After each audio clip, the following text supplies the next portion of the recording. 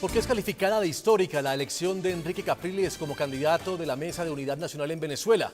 Analistas internacionales lo argumentan en dos circunstancias. Primero, que la mayoría que consiguió Capriles legitima su postulación. Y la segunda, la consolidación de la unidad democrática hacia unos comicios presidenciales. Aún el camino es largo y quedan 8 meses para saber si Chávez permanece en el poder o el Palacio de Miraflores cambia de inquilino para los próximos 6 años. 1999. Hugo Chávez Frías, el militar que lideró el golpe de Estado contra Carlos Andrés Pérez, ganó la presidencia de Venezuela. Enrique Salas Romers fue su contendor, pero resultó derrotado por Chávez, quien obtuvo el 56% de los votos. En su momento, Chávez fue calificado como una novedad en la política venezolana ante el desprestigio de los partidos tradicionales como el COPEI y la Acción Democrática. 2000. Hugo Chávez volvió a someterse a unos comicios luego de la aprobación de una reforma constitucional y para ratificar a todos los poderes públicos. Esta vez su contendor fue Francisco Arias Cárdenas, quien pasó por las toldas chavistas, fue opositor del proyecto bolivariano y luego se reconcilió con el mismo, que lo nombró embajador ante la ONU. Actualmente Arias Cárdenas es el gobernador del estado Zulia. Después de estos comicios, la tensión entre el chavismo y la oposición desencadenó en los hechos del 11 de abril de 2002 el intento de golpe de Estado y que momentáneamente sacó del poder a Hugo Chávez.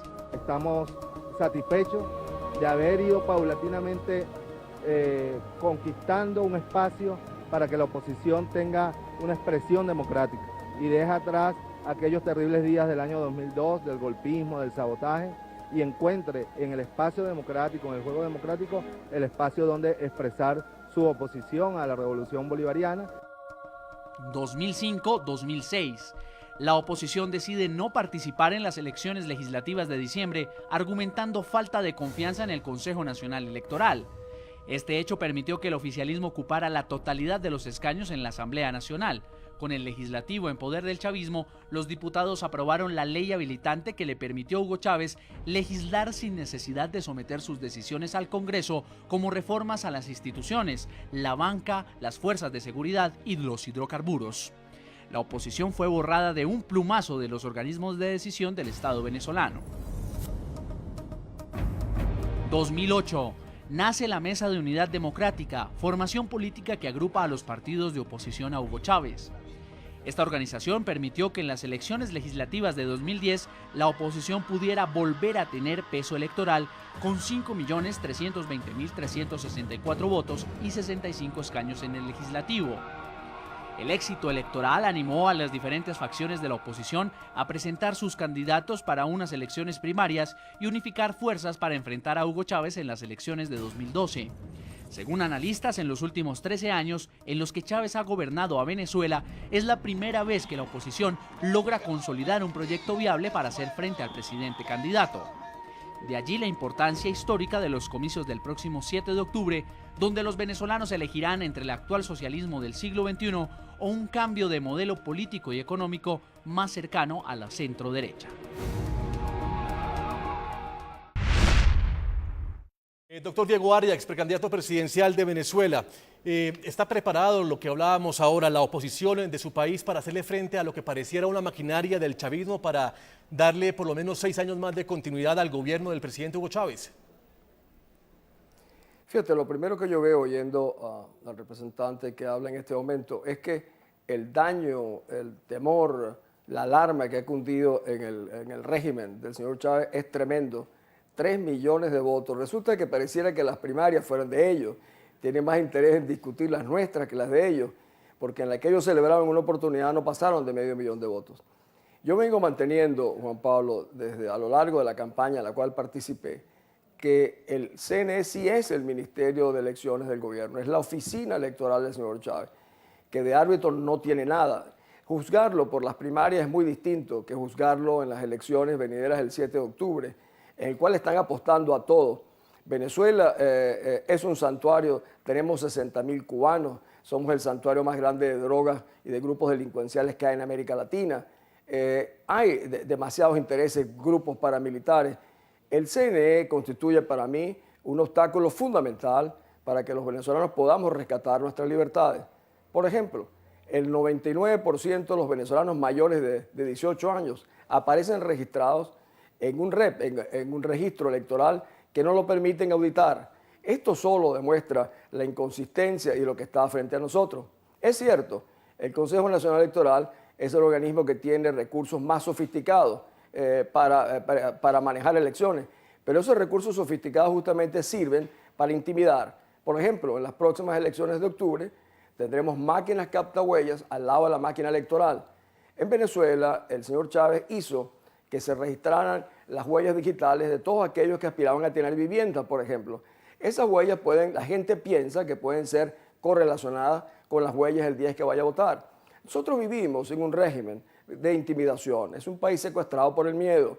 Y el miedo, cuando el poder del Estado es tan grande, donde hay 2,5 millones de venezolanos que trabajan directamente en el gobierno central, es un factor muy importante. Aquí, empleados públicos, habrán sido muy pocos los que votaron por un acto de valentía.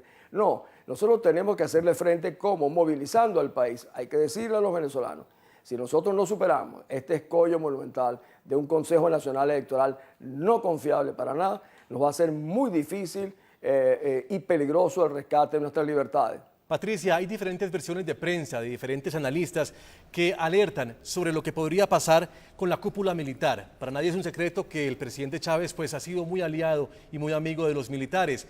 Y en esas diferentes versiones de analistas se entiende que la cúpula militar no reconocería un gobierno diferente al del presidente Hugo Chávez. ¿Qué tan cierto hay en esas clases de opiniones?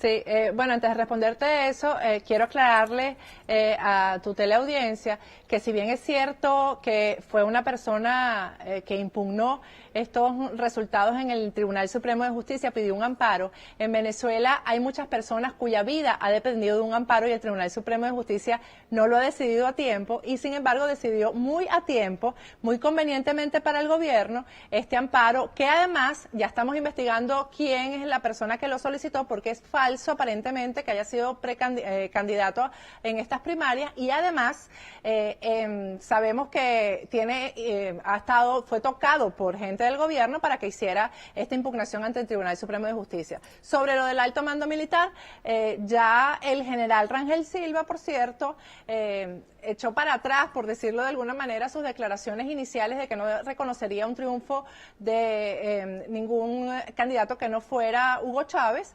rectificó, cosa que me llama mucho la atención porque sabe además en el delito, yo me imagino que él sabe en el delito que incurrió cuando habló de desconocer la voluntad popular y yo estoy segura que si en el 7 de octubre ocurre algo similar a lo que ocurrió hoy mismo con la destrucción de las actas que se llevó a cabo a pesar de la decisión del Tribunal Supremo de Justicia, en la que se congeló la movilización militar contra eso que se había ordenado también, muchos militares se negaron a agredir a quienes estaban actuando, respondiendo al compromiso de eliminar las actas. Yo estoy segura que el 7 de octubre la mayoría de los militares van a respetar la decisión popular y por eso es que Hugo Chávez no confía en su Fuerza Armada y por eso es que está armando civiles, porque no cree que su Fuerza Armada lo va a defender en eso de desconocer la voluntad popular.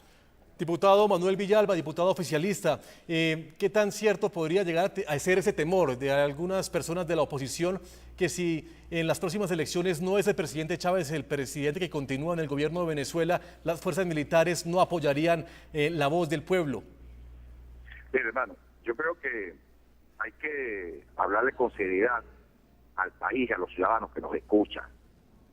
El presidente ha dicho que reconocerá las elecciones, pero usted está viendo a este candidato que no sacó ni 50,000 votos, que quiere cuestionar la observación que ellos mismos solicitaron de diversos organismos internacionales, de diversos países, en estas elecciones primarias, y que certificaron toda la conducta ajustada a derecho del Consejo Nacional Electoral. Y ya este ciudadano, de apellido Arias, ya entonces comienza a decir que ese es un ministerio, que eso no sirve. Y esta ciudadana, que dice que es exiliada, pero ella sabe que es una prófuga de la justicia venezolana, entonces tiene el tupé de decir que el ciudadano que fue al Tribunal Supremo de Justicia fue tocado por el gobierno.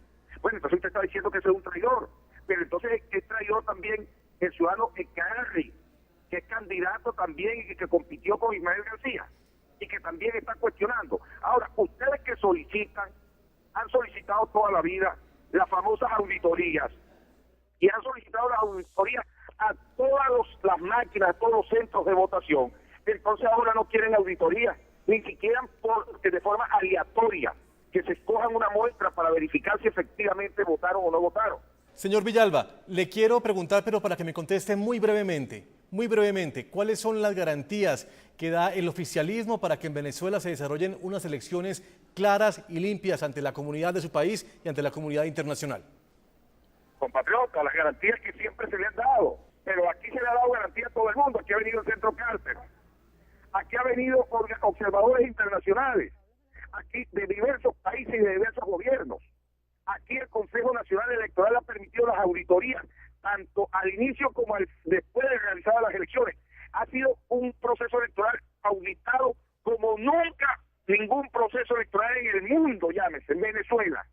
Y entonces, ¿cómo ustedes van a decir que aquí no hay garantía? Aquí lo que sobra son garantías, porque hay un hombre que es profundamente democrático, que cree en la democracia y en la participación, y ha dicho, si pierdo entrego, pero si gane reconozcan ustedes el triunfo. Ah, no, ellos no quieren reconocer el triunfo, porque ellos tienen un formato, y el formato es aplicar lo mismo que pretendieron aplicar en Nicaragua, que ganó Daniel Ortega con 63%, y ellos generaron violencia, que hasta ha muerto se dio para buscar reconocer el triunfo de Daniel Ortega, o como han pretendido hacer en otras partes del mundo.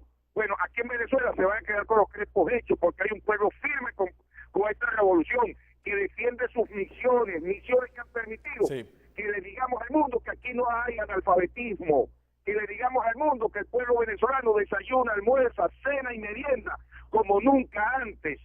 Hacemos una nueva pausa en la noche de NTN 24. Cuando regresemos seguiremos hablando de las garantías que está exigiendo la oposición para que se lleven a cabo las elecciones presidenciales en Venezuela este año. Ya nos vemos.